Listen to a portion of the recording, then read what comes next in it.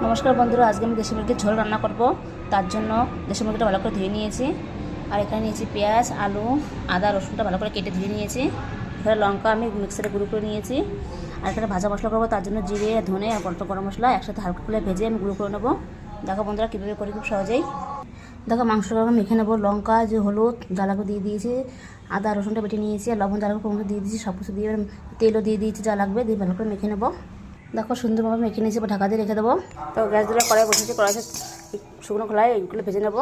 দেখো কড়াইতে তেল গরম হয়েছে, এই তেলে পড়ে গোটা জিরে, তেজপাতা, গোটা গরম মশলা। দেখো এটা ভাজা ভাজা হয়েছে, এর মধ্যে পেঁয়াজ আর আলুটা দিয়ে ভালো করে ভেজে নেবো।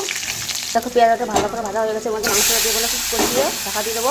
দেখো মাংসটাকে ভালো করে নাড়িয়ে চেড়ে কষিয়ে নিয়েছি। এবার জল দিয়ে দেবো। এদিকে গরম জল বসিয়েছি বন্ধুরা। ওকে এবার জল দিয়ে দিচ্ছি, গরম জল দিয়ে ভালো করে মিশিয়ে নেবো। দেখো ঝোল দেখো তরকারি ফুটে রয়েছে, এর মধ্যে ভাজা মশলাটা ভালো করে মিশিয়ে দেবো।